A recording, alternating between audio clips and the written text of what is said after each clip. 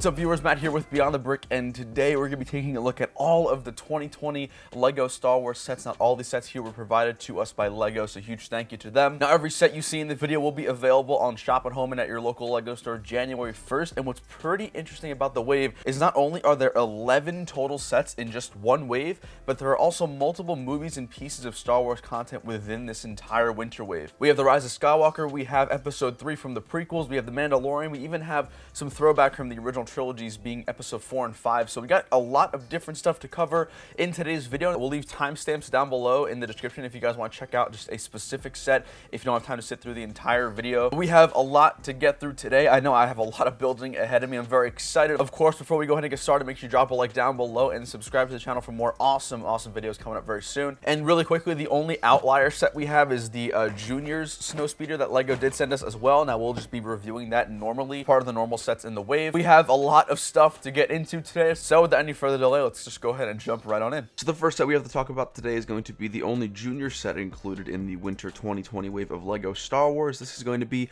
the Snowspeeder set number 75268. Now, juniors is supposed to be a very simple crossover between real LEGO and then Duplo. It's kind of meant for builders who are at the skill level in between, so of course you're going to expect a lot of the build techniques in this are going to be very simple. As far as minifigures go, it comes with a super nice snowtrooper here, Imperial Snowtrooper, with some dark tan gloves and some pretty standard printing. Now, as far as the vehicles go, the speeder for the Empire is very standard. It's actually built out of maybe a handful of parts, as you would expect any other junior set, but LEGO does a great job capturing the look of the speeder for people. And then of course you can put the Snowtrooper right there in the driver's seat, and it looks pretty good. Now, as far as the next part goes, we have a small little vignette. It's going to be a mix between the sort of radar dish slash gun turret, and then also a really cool icicle made up of that mountain rock work piece that is actually transparent. Now, there also is a missile shooter here. You could shoot that 2x2 tile right there out of the bottom of the turret just to simulate it firing at the enemy, which is pretty cool. And then the main event is obviously the Snowspeeder. What's kind of cool is that the entire Snowspeeder bottom part is one single element, so of course you're going to be able to drop this thing and it's not going to break. And of course that's kind of what the point of juniors is. It's supposed to be larger pieces that are easier to build and that aren't going to break. Now, as far as the Rebel pilot goes for the Snowspeeder, a pretty standard Rebel pilot, nothing too crazy. Of course he has the orange jumpsuit with the white vest, and of course all the really cool details on the front torso and front legs, which is nice. Comes with like a white and green helmet and then a small blaster, and also does have a second face as well, so in case you want to change him to a more scared look, you can certainly do that. Placing the Snowspeeder inside the cockpit is super easy, and then obviously the cockpit shield does fold up and down, but overall it's a really good set. Again, juniors is supposed to be aimed at kids who are quite above Duplo but not yet at that sort of 16 plus range, so this is definitely a good way for younger builders to get into Star Wars. Again, it's very easy build, not meticulous at all, and a lot of larger elements to make sure it's kind of easy to build these sets, which is nice, and the minifigures are always a plus. So overall, the Snowspeeder is a pretty good set. Now, next up here, we have all of the LEGO Star Wars Microfighters. We're going to take a look at all of them at the same time. The first one's going to be set number 75264, Kylo Ren's Microfighter, and then the next one's going to be a dual pack. It's going to be the T-16 Skyhopper versus the Bantha Microfighter, and then the next one's going to be the Y-Wing, the Resistance Y-Wing Microfighter. Now, the two-pack does retail for $20, and then the single packs will retail for $9.99. So first, to go ahead and jump on into this Resistance Y-Wing, I gotta say, aesthetically, it's fantastic. As far as the minifigures go, it comes with Zori Bliss, which is super cool. It comes with two, like, old-school revolvers, which is nice. As far as the minifigure goes, she has, a chrome gold helmet with a nice black visor, which is super cool, and then her body is comprised of red and, like, goldish colors, which is super nice. But in terms of capturing the actual look of the Y-Wing, it looks great. We have two missile shooters on the top sides of either side of the Y-Wing. We have the rear blasters there, the transparent cheese slopes to create that windshield, of course the engines on either side. Overall, it's a very beautiful microfighter. And of course, putting your minifigure in the cockpit has never been easier. You just fold the legs, sit them down, and you're good to go. So overall, it's a great, fantastic design for a Y-Wing. Up next here, we have Kylo Ren's Shuttle Microfighter. This is 72 pieces, retails for $9.99 like the Y-Wing. And my favorite part, other than the ship, is going to have to be the fact that this is a much cheaper alternative way for fans to get that new Kylo Ren helmet, the Episode 9 version. So on the helmet, you can see all like the red marks from his helmet being reconstructed. And the only other set as of right now you're going to be able to get this in is the $120 Kylo Ren shuttle, which actually came out in later 2019. So it's a much more affordable way to get that new helmet if you're someone who prioritizes minifigures. But LEGO has done a phenomenal job capturing the aesthetic of the Kylo Ren shuttle, especially with the angled wings and the red transclear cockpit area and all the other great stuff. Also has 2 minor stud shooters on the side and is just a beautiful build. Up next here we have the first in the dual pack here. It's going to be the T-16 Skyhopper, which is something that I am not all too familiar with in all honesty. Now the Skyhopper pilot is pretty cool, comes with a gray helmet with some really cool red logos and insignias, the red jumpsuit, and then of course the utility belt and all the buckles and stuff like that a normal pilot would have. As far as the vehicle goes, it's really nice, really sleek. I like the combinations of gray for the coloring. Of course the engine part on the back looks really nice as well, with the foldable wings, a long turret, and then stud shooters on the sides of it. Of course the minifigure fits really nice and snug into the cockpit area of the Skyhopper. And then the last microfighter in this wave is going to be the Bantha, straight out of episode 4, which is super nice. LEGO did a really surprising job capturing that front head, which I do love. But as far as minifigures goes for this Bantha, we're going to get a Tusken Raider. This is a minifigure we've gotten before, nothing too crazy, but it's honestly kind of cool to just have more. Now I do actually think that the Tusken Raider head mold is actually really underrated, so again, getting that minifigure is a great plus. Now behind the saddle area of the Bantha, you can see where like the backpacks and the rucksacks would be, which is really nice. Of course there's a nice area for all of the minifigures to sit on. You can also see the accents of the legs and the fur around the Bantha with the tail, and then the head, which I just said looks absolutely gorgeous and is one of the coolest microfighters LEGO has ever made. Now getting on into the battle packs of the wave, we're going to start with one of 2. This is the Sith Troopers battle pack, set number 75266, comes with 105 pieces and retails for $14.99 here in the United States. Now all of these minifigures are going to be super new. Here we have a jetpack trooper, or a Sith jetpack trooper, which is really nice. There is a really cool printed piece for the jetpack as well. Now it's kind of weird, this entire stormtroopers are red, which I think looks a little bit unique, I guess is a great way to put it. It kind of looks like a mix between a snow trooper and a normal stormtrooper, which is super cool. But the battle pack does come with 2 of those, again exclusive to the set. And then it also does come with just a normal Sith trooper stormtrooper variant, but the torso and the leg printing are also new as well. So again, we're getting a lot of newer content in this battle pack itself. I think it's going to be interesting to see how all of these new stormtroopers or Sith troopers are going to be used and I guess utilized in the new movies. And then the last minifigure included in the battle pack is going to be a brand new First Order Sith Trooper officer, I guess, or Sith officer. I'm not too sure what the official terminology would be, but the officer comes in all black attire with some really cool red stripes going across the chest and then down towards the belt buckle, which is super cool. And then just some standard printing for the officers that we've kind of seen before, but again, new printing, which is always a plus. And then as far as the buildable part of this battle pack is, it's actually very reminiscent of the First Order Snowspeeder way back from the first episode and the first wave of sets that we got in this new sequel trilogy. So it does look super cool. At the front there is a gunnery turret slash position area. There is engines and ventilation shafts towards the back of the Snowspeeder. It also does have room to sit 2 people, and you could also use those 2x2 jumpers on either side to actually put the legs of the jetpack troopers on if you so wanted to. But all the minifigures in this, despite them being very unique and different, are pretty cool if I'm being honest, and it's a great pickup for anybody looking to expand their collection. Arguably the most anticipated set of this wave here. Next we have the Mandalorian Battlepack, set number 75267, comes with 102 pieces, $14.99. It has been a very long time since we've had Mandalorians in any given LEGO set, so let's go ahead and dive in. The first one's going to be just what I like to call the green Mandalorian. This is one of the 2 female Mandalorians. Of course, you have a really cool green Beskar armor on the torso. The helmet is blue and green. It also does come with a rangefinder, which is nice. All the actual Mandalorians come with rangefinders and a cape. This one is brown cape and blue and just sort of like gold dressing on the lower torso and pant legs. The next minifigure is actually going to be my personal favorite from the wave. This is a mix of blue and purple. You can see there's some really cool laser indents from like blaster shots on the helmet printed, which is super cool. The Beskar armor is going to be like a baby blue color, and then the rest of the minifigures like a metallic silver or chrome color, which just looks nice. And then we have a black cape. Also, all the Mandalorians do come with capes as well, which is a super cool thing, but a crazy detailed figure. Now, as far as the other pieces of the set go, other than the minifigures here, we have a cool little gunnery installation vignette piece. It's supposed to be sort of hidden beneath rocks and different formations and stuff like that. As far as the minifigure goes, here we have the second female Mandalorian. It has a light bluish gray helmet and orange colors. On her helmet, the Beskar armor is a little bit of like a chrome color. She has a green cape, which is nice, and then some baby blue arms and also legs printing, which is super, super nice. And then straight out of the other Mandalorian Battlepack set we got way back when, we have the Speeder, which practically looks 1-for-1, which I don't mind. I think it's a great color. It's got some really cool earth tones on the Speeder. And then as far as the minifigure goes, here we have the last of the Mandalorians. We have more like a dark earth colored Mandalorian with a dark orange helmet, and then also some brown Beskar armor and a brown cape as well. So fans of the older battle packs will definitely see this and remember it from the older battle pack, because it's practically a 1-for-1 remake. But overall, the Mandalorian battle pack comes with some of the greatest minifigures that I think have ever been printed on Lego pieces before. Up next here we have the Duel on Mustafar, set number 75269. I believe this will be retailing for $20 here in the US.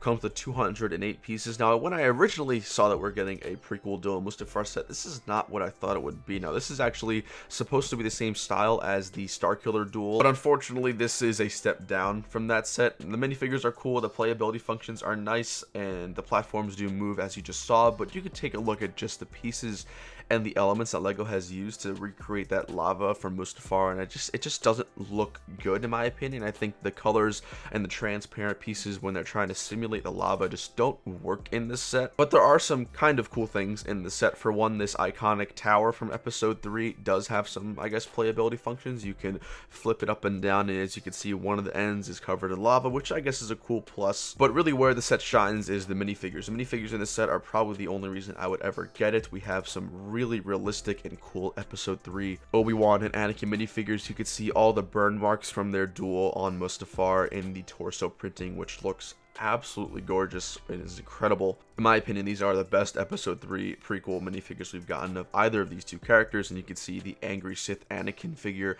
who also does have those burn marks on his Jedi robes, and just overall great minifigures in the set, and is quite honestly one of the only reasons I would ever recommend this set.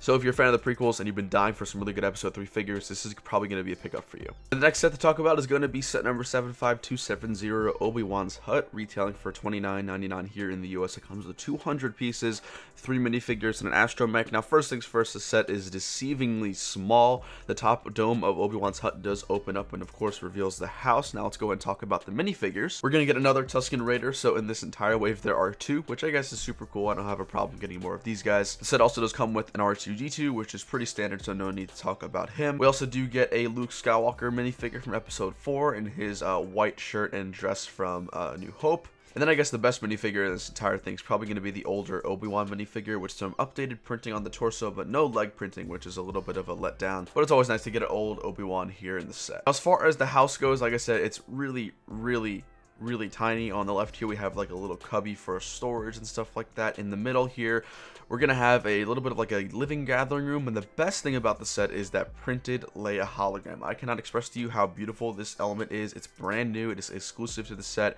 and is probably the only reason I would suggest buying the set. You can just see the curves of the Leia hologram minifigure, and it's just it just looks great. On the right here we have a table and a seat area, and then on the far right we have a storage bin, which does actually come with that trainer droid from episode 4, that little headpiece, which is also nice, and then an extra spare lightsaber in that same container. So the accessories in the Obi-Wan's home is pretty cool. But like I said, this hut is just so small, and it's just so deceivingly small. But like I said, in the end, I think the main reason why people are going to end up buying the set is for that Leia hologram minifigure. As you can see, there's nothing crazy with the architecture or exterior aesthetics of this set, but 100% I know for a fact a lot of people are very hyped and excited, and rightly so, for that Leia hologram minifigure. And I think this is definitely going to be a really important piece. Now, of course, I think this is the only benefit of getting this set, is that Leia hologram minifigure. So if that's like you, it might not be worth buying the entire set. The minifigures are average, nothing too crazy to talk about, but again, that Leia hologram figure element is just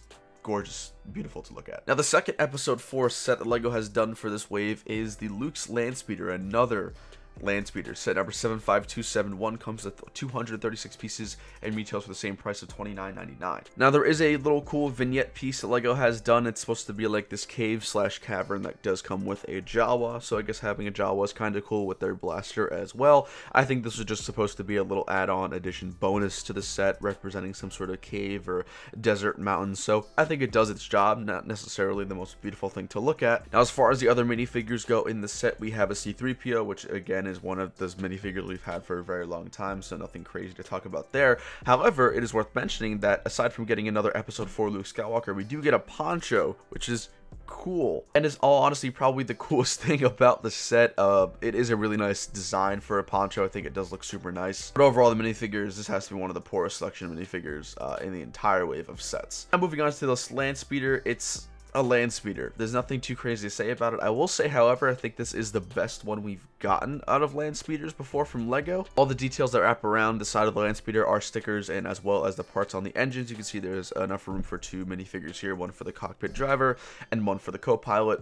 Of course, we have that trans-clear windshield piece, I guess, that goes in the front, so you could definitely fit a Luke Skywalker minifigure to drive it right there. But really, I think this was just a wasted set opportunity for them to do maybe Mandalorian sets for Jedi Fallen Order or something like that. I don't think we really needed another Landspeeder, but nonetheless, I do think it looks cool, but it's just another overdone LEGO set. And now moving on to the 2 larger Rise of Skywalker sets in this wave here, we have set number 75272, the Sith Tie Fighter. It's a very different, unique design than we are used to seeing. We've seen TIE Strikers, we've seen any other TIE variants, but this is very notably different. One of the coolest elements in this set has to be that transparent red cockpit piece. Of course, it folds down. You could go ahead and put your Sith TIE Fighter pilot inside.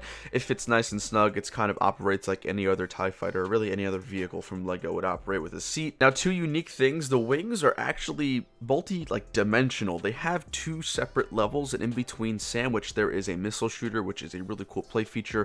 And then as far as the build goes, there actually is a stand you can use for the TIE Fighter. It's actually really easy to just take it off and put it back on. Of course, because the wings are triangle, there's no way for it to naturally stand up, so you do need that stand to prop it up and display it. Now, as far as minifigures go, we have 3 of them. First up is the pilot for the Sith TIE Fighter, which looks great. Of course, the helmet does have that mold piece that has like the oxygen tube, which goes to the center chest plate of the pilot, which I always find cool, and does come with a smaller blaster pistol, and then also a visor on top of the helmet. In terms of named characters here, the only named one we have is Finn from episode 9 with the blue pants. This is actually a really familiar outfit. He has that gunmetal pistol, and then also does have that satchel going across his chest. We've seen Finn look like this in the hundreds of trailers that we've seen for Rise of Skywalker. And then lastly, we have another Knights of Ren minifigure, which I think does look super nice. Of course, we have that really cool helmet. I find it odd that Knights of Ren don't have a lightsaber, but that's okay. I guess that's something for the movie to answer. Now, personally, I think it's kind of weird the way the TIE Fighter looks. I know we've seen crazy variants of TIE Fighters before, but for some reason the really hard edge triangle shape of the wings just doesn't look right to me. However, the build is really well built. It's not going to just fall apart and crumble in your hands. You could hold it with one hand, you could fly it. You fans of my channel know that I take into account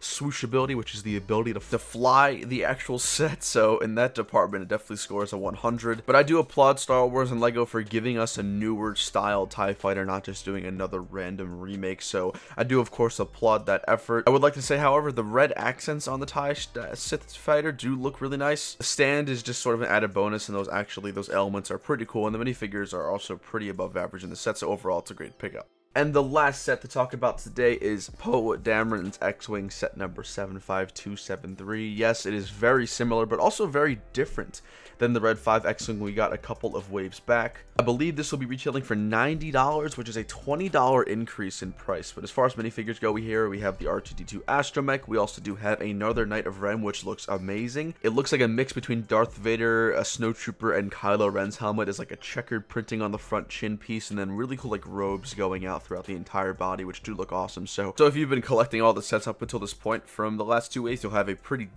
decently sized collection for Knights of Ren. The next minifigure here is Janna, the newer minifigure here. The first time we're getting her in a minifigure form, and wow, that hairpiece is great. Lots of foofy hair. We have like a headband part of the actual hairpiece mold, some really cool printing on her body.